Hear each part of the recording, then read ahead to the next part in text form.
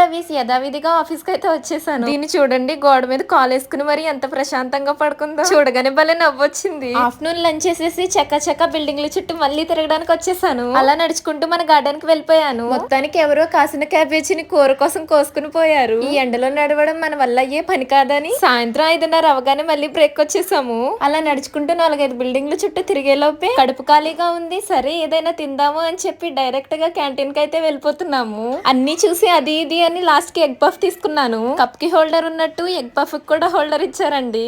2 sauce packets తో ఆ puff ని తినేసి అప్పుడే మా బ్రేక్ అవ్వలేదండి. తిన్నగా నా ఫేవరెట్ ప్లేస్ కి వెళ్ళి కూర్చుని పోయాను. ఆ తర్వాత డిన్నర్ కోసం అని కెఫ్టేరియాకి వెళ్తే గార్డెన్ లో ఉన్న అరటి చెట్లు, చెరుగర్లు తీసుకొచ్చి మంచిగా డెకరేట్ చేశారు. ఏ పండగైనా 2 రోజుల ముందే స్టార్ట్ అయిపోతుంది మా ఆఫీస్ లో. సో నేను బాను ఉగాది స్పెషల్ వెజ్ థాలీ అయితే ఆర్డర్ చేసుకున్నాము. ఉగాది స్పెషల్ కాబట్టి ఉగాది పచ్చడి కూడా ఇచ్చారండి. నేను చాలా ఇష్టంగా తినే బూరి కూడా ఇచ్చారు. నాలా ఎవరికైనా బూరెలు అంటే ఇష్టమైన వాళ్ళు కామెంట్ చేసేయండి.